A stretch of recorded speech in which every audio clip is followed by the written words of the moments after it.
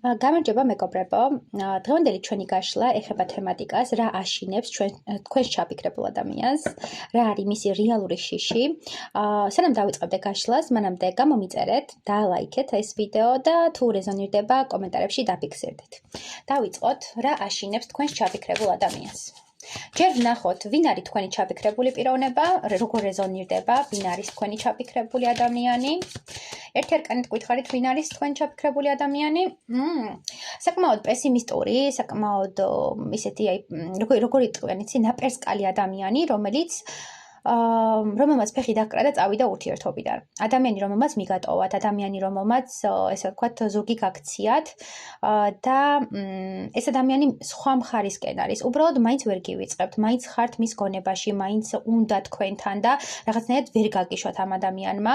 არის საკმაოდ შეიძლება სვამდეს ან რაღაც მსგავს ენერგიებში იყოს, უფრო მამაკაცის ენერგია მოდის, ვიდრე ქალბატონის ენერგია და აქ საუბარია იმაზე, რომ ეს ადამიანი არის ძალიან ყურად გახლეჩილი, ხო? არ იცის რა გააკეთო, საით წავიდეს, იმიტომ რომ თქვენ მისთვის ძალიან ძვირფასი იყავით, ძალიან ძვირადღირებული იყავით და განადგურდა ეს ადამიანი.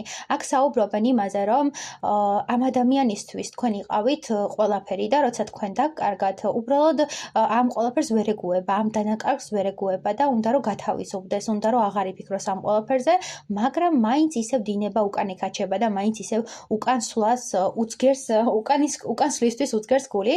სხვათა შორის სოციალურ ქსელში აქტიურად შეიძლება გათვალიერებდეთ და ეს იყოს ერთ-ერთი მიზანი ამ მიჯაჭვულობისა და ამ უკან დაბრუნების სურვილისა და ის რომ ვერ მოგიპოვათ, ის რომ იძულებული გახდა ურთიერთობიდან წასულიყო და თქვენ მის ცხოვრებაში აღარ ხართ, ხო? თქვენ მის ცხოვრებაში ხართ მნათობი, რომელიც გზას უნათებდა და ეხლა როდესაც თქვენგან წავიდა, თითქოს სიბნელეში დაიარება და სად მიდის არ იცის, რა გზას ეწიოს არ იცის და ეს ადამიანი ამ ეტაპზე ენერგეტიკულად საკმაოდ დავრდომილია, დასნეულებულია, რაღაცნაირად გატეხილი ადამიანი შთაბეჭდილებას ტოვებს. კარგით, ვნახოთ მისი ფარული შიში რა არის თქვენს მიმართ, მისი შიში რა არის. თუ რეზონირდა მეგობრებო, გააგრძელეთ ყურება, მისი შიში.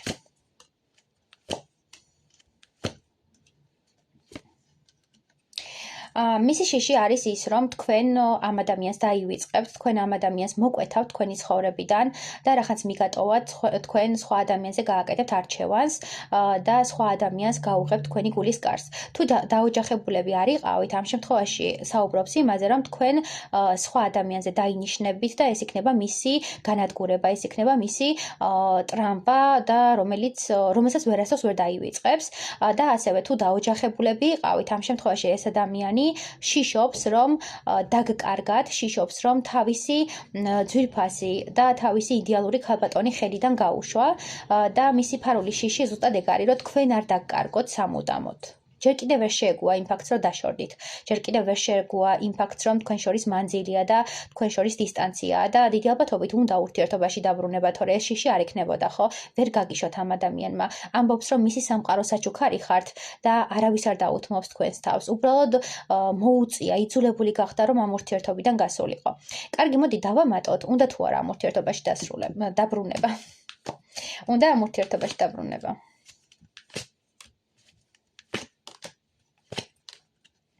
გაორებულია, ჯერჯერობით არ იცის, როგორც გითხარით, დაკარგულია ეს ადამიანი, ძალიან დიდი სტრესი აქვს ეხლა, გონებაში რაღაც არეულობა, ქაოტურობა, პრობლემები აქვს ფინანსური კუთხითაც და საუბრობს იმაზე, რომ თუ დაბრუნდება და თქვენ აგირჩევთ, მაშინ უნდა მოვიდეს იმ ფინანსური რესურსით და ენერგიით, რასაც იმსახურებთ და უნდა შეძლოს ღირებული ნივთები გაჩუქოთ, ან ცაკე გადახვიდეთ საცხოვრებლად, იმიტომ რომ თქვენი გარემო, სადაც იყავით, იყო ტოქსიკური, აი თუ დაოჯახებული წყვილი იყავით, მესამე პირები ძალიან ერეოდნენ და ეს ურთიერთობა მესამე პირების გამო დაინგრა და თქვენ გაიქეცეთ ფაქტობრივად ამ ურთიერთობიდან.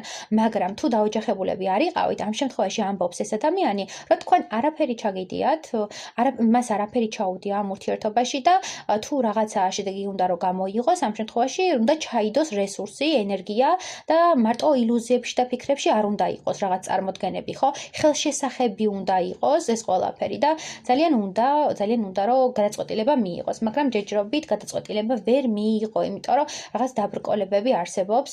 შეიძლება მესამე პირიც იყოს ამ ურთიერთობაში, არ გამოვრიცხავ და აქ ძალიან ბევრი დაბრკოლებებია. მოკლედ საბოლოო ჯამში ამ ადამიანისთვის ხართ ღირებული ადამიანი, თქვენს დაკარგვას ვერ გადაიტანს და მისი მთავარი შიშით ზუსტად ეგ არის, რომ თავისი იმპერატრიცა, თავისი სრულყოფილი ქალბატონი არ დაკარგოს. როგორც გითხარით, მამაკაცური ენერგიები იყო თავიდანვე, რაც ვახსენე და მე იმპერატრიცას გამოგვიჩნდა როგორც მისი შიში. თუ ქალბატონი ბრძანდებით, ვინ ჩაიფიქრეთ ქალბატონია, ამ შემთხვევაში ეს ქალბატონი შიშობს, რომ საკუთარი თავი არ დაკარგოს და შიშობს, რომ ამ ურთიერთობაში არ ჩაიძიროს და თქვენზე მოჯაჭვული არ გახდეს იმ დონეზე, რომ მე უკან დასახევი გზა აღარ გქონდეს და არ იყოს მარტო ოცნებებსა და ილუზიებში. და ეს ქალბატონი ასევე ფიქრობს, რომ თქვენგან უნდა იყოს რაღაც ქმედება და აქტიურობა და ჩართულობა იმისთვის, რომ არჩევანი გააკეთოს, იმიტომ რომ ეხლა გზაჯვარედინზეა. აქაც გზაჯვარედინზეა, აქაც გზაჯვარედინზეა და საბოლოო ჯამში ენერგეტიკა არ არის გათავისუფლებული. თქვენზეა მამაკაცებო დამოკიდებული, როგორ წავა ურთიერთობა.